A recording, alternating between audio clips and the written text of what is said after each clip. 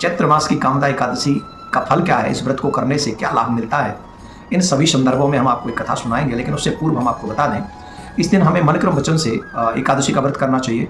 सुबह ब्रह्म मुहूर्त में उठकर स्नान करें, संकल्प करें व्रत का, और उसके बाद अपने इष्ट की पूजा करें। और आज के दिन लक्ष्मी जी की भी विशेष पूजा करें, क्योंकि लक्ष्मी नारायण की पूजा तो होती ही है, और लक्ष्मी जी की पूजा करेंगे तो भी इसका बहुत बड़ा फल है।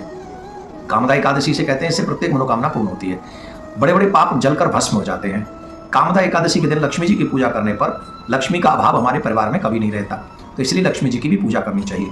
पूर्व काल में एक कथा ऐसी आती है, गंधर्व राजा के यहाँ पर, एक जो राजा थे उनके यहाँ पर एक गंधर्व और एक गंधर्वी रहते थे, मतलब उनका नाम था ललित और ललिता। ललित और ललिता जो रहते थे वो पति पत्नी थे, लेकिन आपस में उनका बहुत स्नेह था, बहुत प्रेम था, बहुत स्नेह था। तो एक बार राजा के राजसभा में ललित जो था वो गायन विद्या कर रहा था, और अचानक से कोई ऐसा विषय आया कि उसको अपनी पत्नी का ध्यान हुआ है, और अपनी पत्नी की याद में वो खो गया, और उस अपनी पत्नी की याद में उसने जो स्वर लगाए वो स्वर बिगड़ गए। तो ये बात पता चल गई, राजा ने साफ दे दिया कि मेरी सभा में रहते हुए तू अपनी पत्नी का ध्यान करता है, जा मैं तुझे साफ देता हूँ, तू राक्षस हो जाए। तो वो राक्षस हो गया। उसकी पत्नी को बड़ा कष्ट हुआ और बहुत दुख हुआ।